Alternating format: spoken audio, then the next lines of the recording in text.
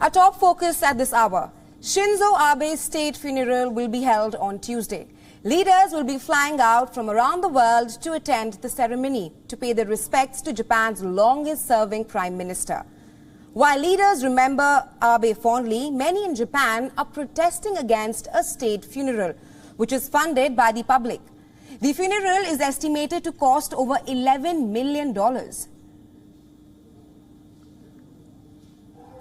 今このコロナでいろいろ人が苦しんでいるときに税金をしかも高額な16億とか言われているお金を使って安倍さんの国葬をやるなんてとんでもないありえないなと思ってちょっとこれは黙っていられないなと思ってなんとか取りやめにならないかなと思って来ました。 Now, state funerals in Japan are rare. They are majorly reserved for the royal family. It has only been given to one politician since the World War II, and that was all the way back in 1967 for the third longest-serving Prime Minister, Shigeru Yoshida. Japan's Prime Minister Fumio Kishida says that the state funeral is in recognition of Abe being Japan's longest-serving Prime Minister, along with his contributions to Japan and the world. But the public is somehow not convinced. A recent survey found out that more than half of the country's population opposed the state funeral. Popularity of Abe reduced after he made changes to Japan's pacifist post-war constitution. The ripples of the controversial legislation are still being felt. Protesters who opposed the state funeral accused the former Prime Minister of leading Japan towards a war. And they are also questioning alleged ties between Abe and the Unification Church. Now, Abe's suspected killer has accused the church of impoverishing his family. He blamed Abe for supporting the group. And public anger was also highlighted just a few days ago when a man in his 70s set himself on fire near the Prime Minister's residence in an apparent protest at the state funeral.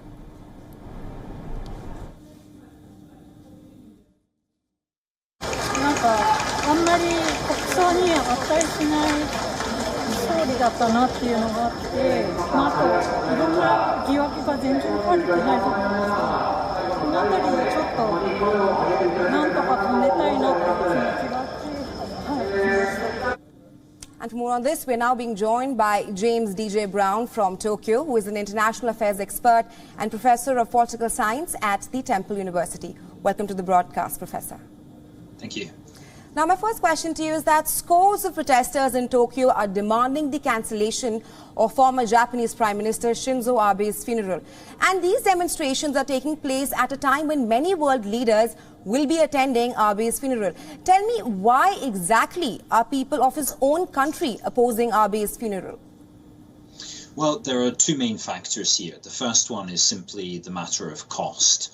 The Japanese government made an initial estimate of the cost of the state funeral and then had to go back on it and to recognize that it was going to be much more expensive, closer to around 12 million US dollars. Now, this comes in a country where the government quite frequently has to say that it doesn't have enough money to spend on other things because the economy has not been doing so well over recent decades. And so for many of the public, they feel that it's an exuberance to be spending this amount of money on the funeral of a former prime minister. The second factor is Abe himself.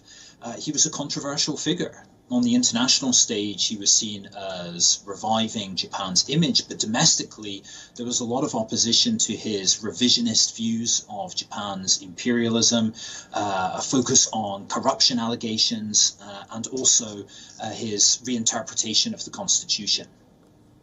Right. My second question to you is pertaining to the second factor that you highlighted regarding Shinzo Abe himself. Now, he was the longest-serving leader. The protesters have accused Abe of leading Japan towards a war, which has been a major peg as to why they're protesting against his funeral. What is your analysis on this?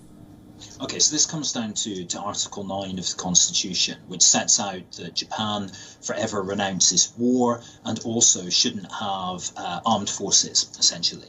Right. Now, that had already been stretched significantly in its interpretation, but under Abe's leadership, he actually fully reinterpreted the meaning of Article 9 to permit collective self-defense. Now, it's a little bit technical, but what it basically means is that Japan can now use force not only if it's attacked itself, but if a country that's a close partner is also attacked in circumstances that also threaten Japan.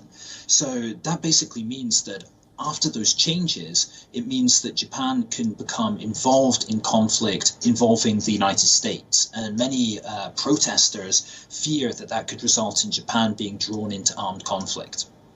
Right. Lastly, can you also take us through some of Abe's policies when he was in power? Yeah, so I think one of the ones which stands out for many people domestically is the policies of Abenomics. This was his attempt to revive the economy, and I think really the jury is out on the extent to which that succeeded. Another one comes down to trade policy and the Trans-Pacific Partnership.